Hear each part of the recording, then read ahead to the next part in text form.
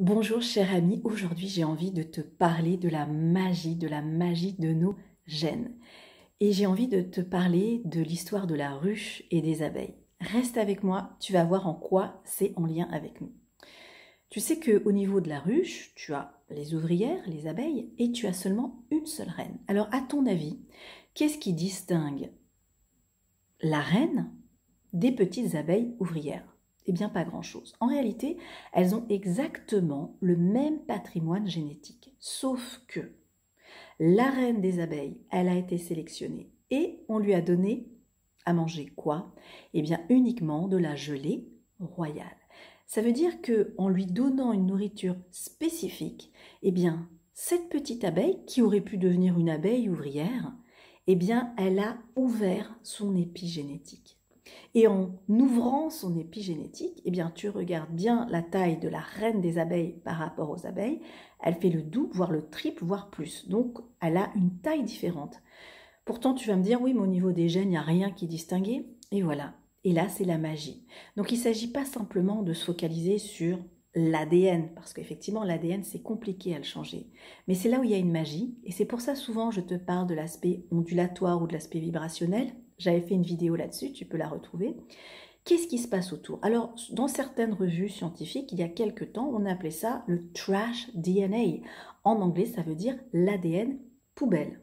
Tiens, en quoi ce serait de l'ADN poubelle? Eh bien, c'est parce que les scientifiques n'avaient pas compris à quoi servait cette épigénétique. Donc, pour eux, c'était de la poubelle. Alors, quand même, plus de 90% qui serait de la poubelle. Dame Nature, ce qu'elle crée en général, c'est beau, ça a un sens, c'est magnifique.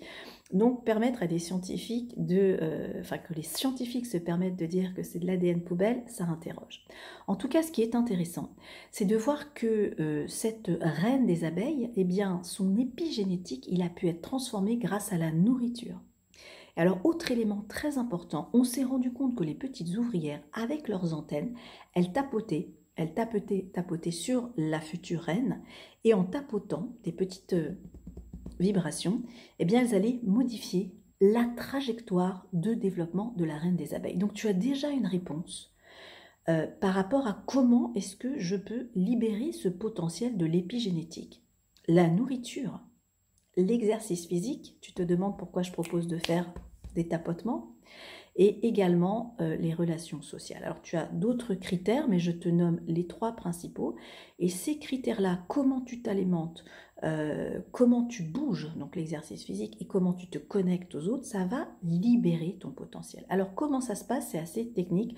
On va te parler d'hypométhylation des gènes ou d'hyperméthylation. Au plus il y a une hyperméthylation, et au plus, eh bien, tu ne vas pas libérer ton potentiel, et au plus tu as une hypométhylation, et au plus le potentiel va se libérer. Alors, des fois, tu vas parler de ce qu'on appelle le transgénérationnel. On dit, ah ben tiens, sa mère, sa grand-mère, son arrière-grand-mère, etc., elle avait eu tel et tel problème, et bien, comme par hasard, les enfants, ils l'ont aussi. Donc, à un moment, on dit souvent, il va falloir briser cette chaîne qui se transmet de génération en génération. Eh bien, la façon de la transformer, c'est avec ces éléments-là. Comment tu t'alimentes, comment tu fais de l'exercice physique, comment tu te connectes aux autres. Donc, en fait, tu vas pouvoir libérer cette épigénétique. Il y a des tests qui avaient été faits aussi avec des rats, et on voit en fait, si tu veux, que le traumatisme, il y a les traces cicatricielles. Hein. Quand on regarde au niveau du génome, on voit les traces cicatricielles. Donc c'est quelque chose qui peut se voir, qui peut s'observer.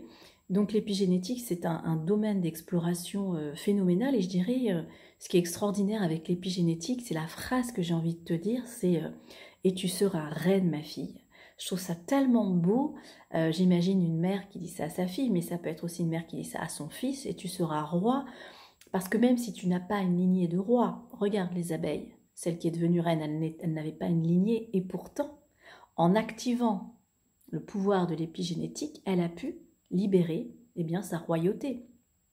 Oui, c'est la reine des abeilles. Nous, c'est différent. Eh bien, pas tant. Pas tant. Donc je trouve que cette épigénétique, si on peut écouter cette épigénétique, et pour se dire que rien n'est figé, qu'en fait il y a toujours des portes de sortie, que l'architecture de notre corps, elle est construite selon une intelligence, selon une logique où, j'aime bien employer ce terme, il y a des des espaces de réparation, des espaces de rédemption. Il y a plein, en fait, c'est comme un labyrinthe. Et nous, on ne les voit pas, ces portes. On les voit pas parce qu'on ne nous en parle pas. Donc moi, si tu me demandes quel est mon rôle, quelle est ma mission, eh bien, je vais te dire comment je me vois. Alors des fois, on me dit c'est un petit peu comme une accoucheuse, mais je me vois aussi comme, tu vois, c'est comme si j'avais un crayon dans la main. Je te montre le mur et je te dis il y a une porte. Tu me dis non. Et moi, je la dessine, cette porte. Et tu vas voir qu'en la dessinant, ensuite, je peux l'ouvrir. Et toi, tu te dis, mais c'est pas possible. Et en fait, tu vas rentrer dans ce petit labyrinthe. Alors, certains vont la voir et vont dire, mais oui, il y a bien une porte. D'autres vont dire, mais je vois pas. Ça met un petit peu de temps. Ça demande à exercer un petit peu son œil, sa vision, son écoute. Mais moi, j'aime bien un petit peu dessiner une porte. Et de voir que simplement en pixelisant cette porte, en la dessinant, hein, c'est un petit peu comme Mary Poppins, et ensuite, on est capable d'entrer dans cette porte. Alors, cette porte, ce n'est pas une porte évidemment physique, mais c'est une porte de compréhension. Et tu le vois très clairement, il y a des personnes, elles voient les portes que j'ouvre. Et ce qui est extraordinaire, c'est quand ces personnes, elles rentrent dans la porte et qu'elles voient les mêmes choses et qu'elles disent, tiens, oui, effectivement, là, il y a un tableau, là, il y a un lustre. On dit, ok, on est bien dans la même pièce. C'est extraordinaire à vivre. Je l'ai vécu plusieurs fois. Donc, je suis une ouvreuse de porte que je dessine d'abord. Et j'aime beaucoup cette histoire d'épigénétique parce que je trouve encore une fois que ça ne nous limite pas dans cet espace-temps, que ça va nous ouvrir des horizons et surtout de se dire, il y a quand même des ingrédients qui sont prévus là. Le temps, l'espace, l'épigénétique, la sensorialité. Donc on a tout un tas d'ingrédients dont on n'a pas toujours conscience qui sont prévus pour nous. Donc dès lors où tu sais que ces ingrédients existent, tu vas aller pouvoir puiser dedans et tu vas pouvoir aller ouvrir d'autres portes d'exploration. Donc pour moi, c'est comme aller, c'est je t'invite, si tu le veux bien, je te tends la main et on va faire une petite balade ensemble et on va découvrir ces paysages magnifiques. Et ces paysages magnifiques, ça parle de toi, ça parle de moi, ça parle du monde et ça parle de dire mais qui je suis. Tu vois, quelque chose qui moi m'interpelle et que je travaille aussi beaucoup. Tu vois mes deux mains, deux narines, deux lèvres, deux oreilles, deux hémisphères cérébraux. Ça rappelle pas une antenne? C'est intéressant. On est des captateurs. On est des capteurs d'énergie. Je t'invite à regarder Nikola Tesla, les ondes scalaires, et de voir comment notre corps il est vraiment imbriqué selon cette notion qu'on est des capteurs de lumière, des capteurs du soleil, de neutrinos. En fait, c'est des petites particules de lumière. Donc, pourquoi je te parle de ça? C'est pour te dire que finalement, on connaît bien mal notre corps. Et pourquoi on le connaît bien mal? Parce qu'on évolue dans une vision mécaniste des choses. Voilà, tu as les reins, tu as le système urinaire, tu as l'encéphale, tu as les organes. Alors, c'est commode d'apprendre, tu vois, les organes du corps et tout de façon très dissociée et détachée, parce que finalement, pédagogiquement, c'est sympa. Mais finalement, c'est pas si sympa. Parce qu'à force de l'apprendre comme ça, finalement, les mots créent ma réalité.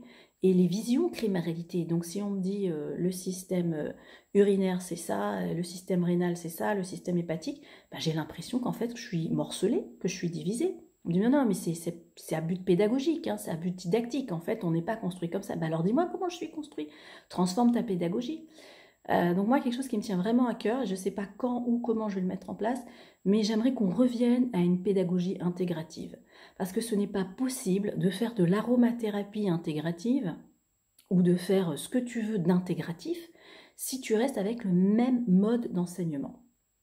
Je te parlerai peut-être un jour de la pédagogie et de l'andragogie et même de l'ubuntugogie. Et tu vas voir que dans l'ubuntugogie, qui est une forme de pédagogie très spéciale, tu transmets un enseignement qui valorise cette biodiversité intellectuelle et cette compréhension de j'ai envie d'ouvrir d'autres portes. Donc, il y a du boulot, il y a pas mal de boulot à faire en fait pour qu'on commence à éveiller notre intelligence, mais cette intelligence de la compréhension de façon intégrative. Donc voilà, j'ai envie de t'emmener là. Et tout ça pour te dire, tu seras reine, ma fille, et même tu es reine. Mais pour être reine, il faut arriver à ouvrir ces petits pixels de lumière. Et quand ces petits pixels de lumière ils sont allumés, tu vas voir au bout d'un moment, ça crée une super image, mais cette image, on ne peut pas la voir. Une fois, je t'avais montré, hein, je ne sais pas si je l'ai là. Je vais te le remontrer.